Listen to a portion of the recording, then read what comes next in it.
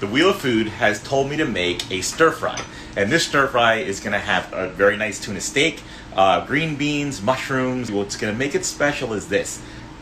I'm going to try to make Mu Shu pancakes. I love Mu Shu pork, Mu Shu chicken. I'm not going to make Mu Shu. I'm just going to try to make the pancakes. And I'm going to, because I really, that's my favorite part of the Mu Shu, and that plum sauce is pretty good too. But I'm just going to try to make those pancakes and see how it comes out. So to make a Mu Shu pancake, you only need 2 ingredients, which is fantastic.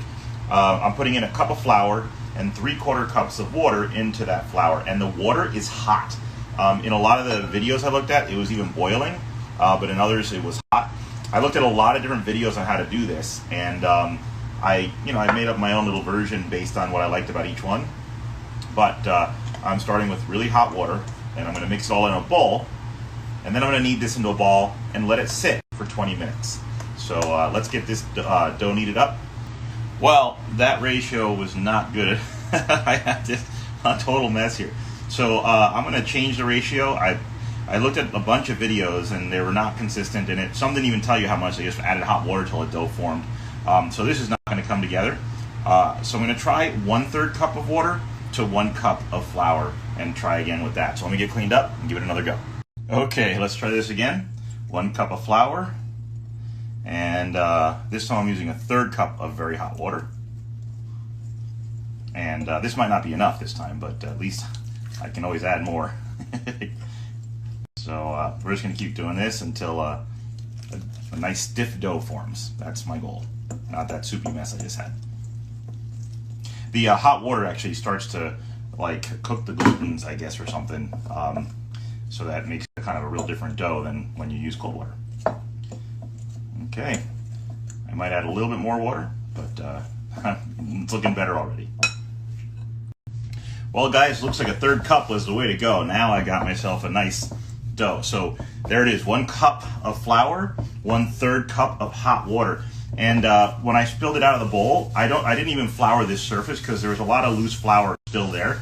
That's what happens is it looks like it's never going to come together, but it does. So I didn't even bother flouring this board because there was so much loose flour in the bowl already. So I'm going to knead this until it's nice and soft, and then I'm going to go ahead and let it rest for 20 minutes. While it's resting, I'm going to prepare my ingredients for my stir fry. There she is, cute little dough ball. So I'm going to let that rest for 20 minutes. Put a damp tea cloth on it here, tea towel, whatever you call it, so that it stays moist. And now I'm going to move on to prepping all of my ingredients for my stir fry. So that's what's cool is instead of rice or pasta, you can actually just make a Mu Shu pancake. And so you'll see there's a lot more technique coming for the pancake, but let's get the ingredients ready for the stir fry.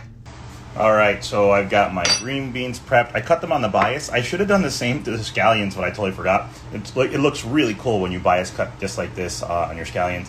My garlic is ready. My mushrooms are ready. Look how adorable these guys are. And I've got the scallion tops over here. I like to do the bottoms longer than I do the tops. Don't need to be cooked. You can use them raw or you can use them near the end. And now I'm going to actually prep my ginger. Ginger's cool because you can actually buy more than you need and put it in the freezer, and then you can grate it from frozen just as easy as you can grate it fresh. So a great way to keep ginger. I bought a piece that's just the right amount for me anyway. And notice I'm using a spoon to peel it. The spoon works a lot better than a vegetable peeler because you can get into those weird nooks and crannies a lot easier. So most people like to use a spoon when they're peeling their ginger. A lot of people like to grate this. I'm actually going to dice mine up because I like the taste of ginger, and I find that when I mince it instead of grate it, I get more ginger flavor. There are a ton of different stir-fry sauces out there. I actually read in a lot of Mu Shu recipes they don't use plum sauce. So one of the recipes I saw was rice vinegar, soy sauce, oyster sauce, hoison, and pure sesame oil. Also, I've seen ones where they only use hoisin sauce. So you can go any way you want with it. I'm going to mix these 5 together and make that my sauce and call it a day. So if you want to keep it simple, go for just the hoisin and nothing else. But I love this little combination. Oh, that's so good. A little bit of oyster sauce, just funking up the, and that was funkying up the hoisin. And then that vinegary bite from the seasoned vinegar. Oh, it's just so good. I'm going to really enjoy this one. Now, I have no idea if this next step is going to work. You don't have to do this, but they tear a hole in the center of the dough and they make this ring. Hey, look at that. I'm making a ring. It's working. So you get it. So the reason they do this is to make it more even. But there we go. Look at that. And then we break it and we have a log. Hey, here's the technique. All right, now I'm going to break this into 8 equal pieces. So there we have it, 8 little, about even ones. And I'm going to roll these into a ball. I'm going to start with 4 of them. So these Mu Shu pancakes are very thin. They're like thin, and I saw a lot of videos where they cook them like tortillas with the little brown spots. And one guy's like, well, brown spots are charming on a tortilla. They're not charming on these kind of balls. So I'm going to put ones that are kind of similar in size together. You'll see why in a minute. Okay, so let's see, these go in there. All right, I'm going to cover these up. And now, how do we get them so thin? That's the freaking cool trick that I saw. So what we do is we press these down. Then we're going to oil one side, like real generously. And then we're going to flour the other sides really generously. And then we're going to put the flour on the oil so that they don't stick together later on. Okay? Now we roll these out together until they get real thin, but they're even thinner individually. Okay. All right, guys, so I've gotten 2 of them done. And guess what? You do it again. You take the oil, you oil one side, you take the flour, you flour the other side, you stack them up, and then you roll them out until you can't roll them out anymore. All right, so and so you'll basically have 4 of these pancakes, but they're going to make each other super thin. So that's the trick to making these super thin, pancakes that they use for the Mu Shu. So we do that. Put this on top of here, and now I'm going to roll this out, and I'll do it with the other 4, and I will have 8 total pancakes ready for cooking. Well, when I said that it was going to be too small, definitely not. The thing is huge. So I got 1 done. Now I'm going to get the other one going, and then I'm going to cook them. All right, now here comes the hard part.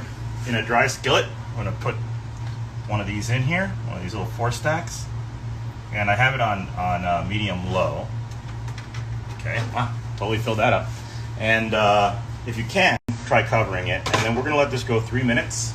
But really after 2, I'm going to take a look at the bottom. When the bottom starts to turn white, then we want to flip it over for like a minute and then pull them off, okay? So let's see how this goes. It's been 2 minutes, and you can see it's starting to steam.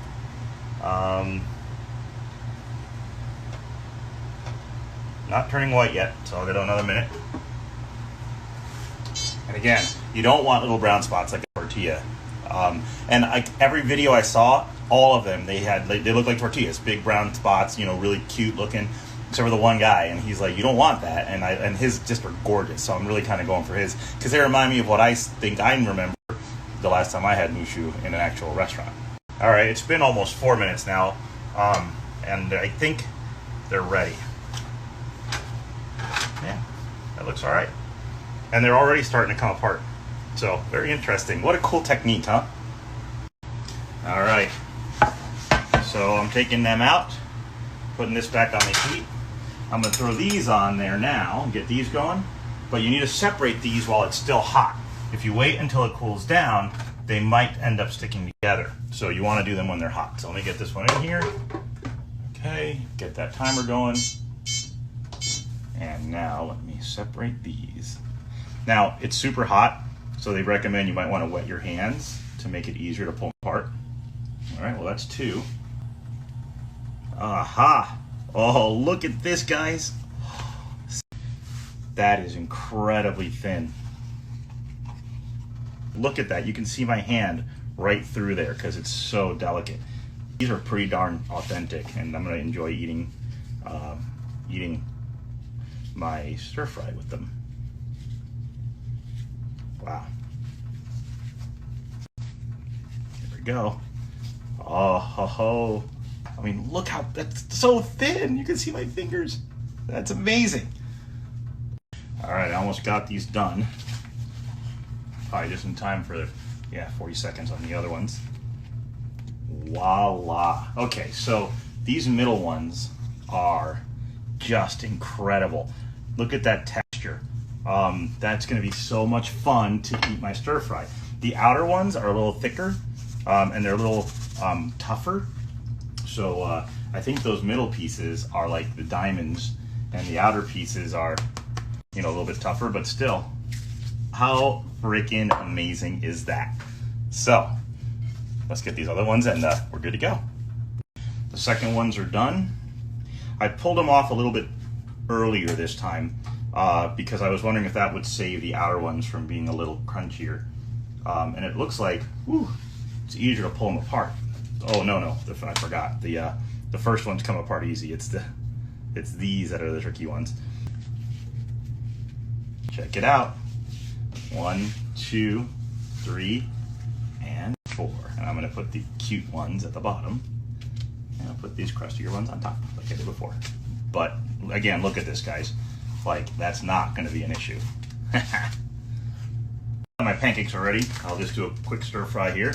I've never tried to stir fry a tuna steak, but I'm gonna go ahead and put it in whole.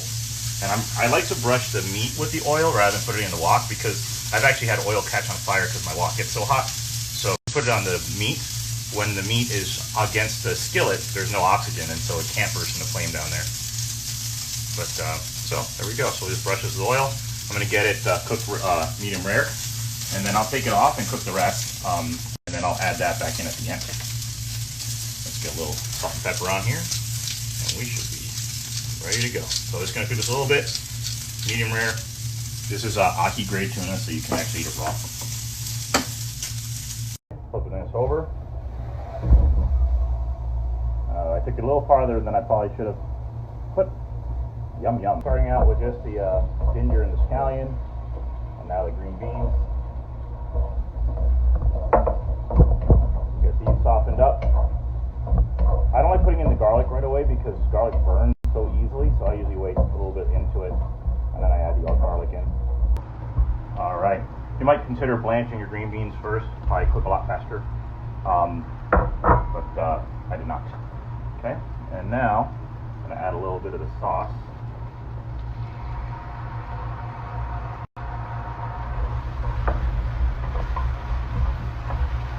Okay. Well, now that I've added that sauce, it's starting to look like a legit stir fry here.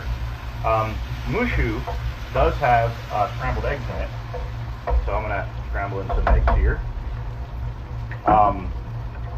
Right in the wok. Yeah, so it's usually cabbage that they shred up, and so my green beans kind of mimic that a little bit. But yeah, there we go. I'm at the final stages, so I'm going to add the garlic now.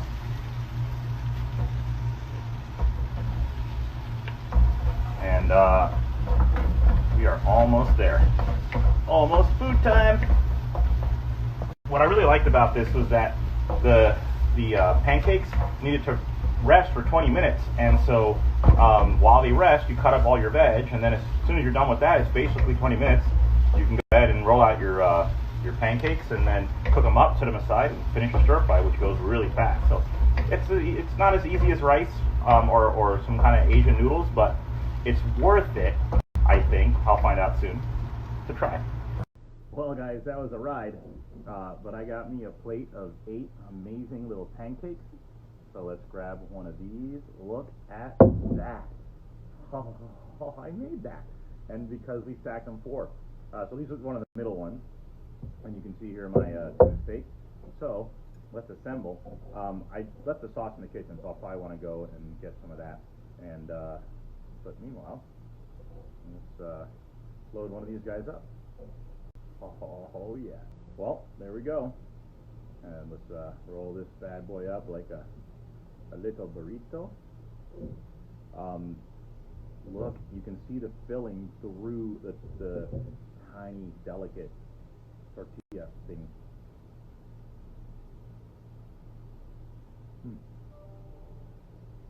Look how pliable that is.